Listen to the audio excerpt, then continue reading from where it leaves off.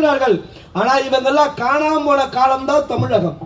இது நாள் வரையிலும் தான் தோத்து போன கட்சி, உன் அப்பன் தோத்து போனதை ஒத்துக்க முடியாம சட்டமன்றத்தில் போய் சனாதனத்தை வலிச்சு விட்டு தப்பிக்க பாக்குறீங்க. உங்க அப்பா வந்து பேச சொல்ல பார்க்கலாம். உங்க அப்பா வந்து பேச சொல்லி நான் தோத்துட்டேன், ஒரு முதல்வர் இந்த மாநிலத்தில் தோல்வி விட்டு இருக்கேன்னு சொன்னா இது வெக்கத்துக்கு மேல என்ன இருக்கு? இதான் சட்டமன்றத்தில் பேசியா 18 அமைச்சர்கள் என்னமோ திமுக அமைச்சர்கள் தான் ஜாம்பவான்கள்.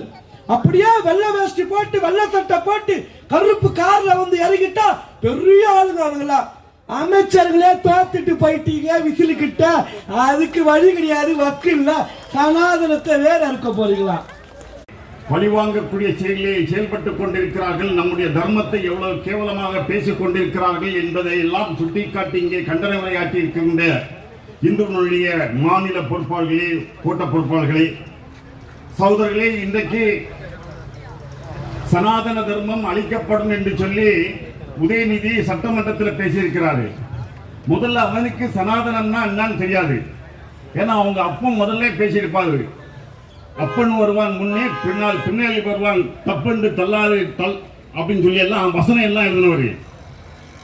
மாட்டான் விட்டு மல்லிகை மணக்கும் சொல்லிட்டு இப்படி எல்லாம் பேசி கொச்சைப்படுத்தி தமிழர்களே என்று கேவலமாக பெண்மையை கேவலமாக பேசியது இந்த திராவிட கழகத்தை சார்ந்தவர்கள். சகோதரர்களே, இந்து மதத்தில் இந்து மதம் தான் சனாதன தர்மம், சனாதன தர்மம் தான் இந்து தர்மம்.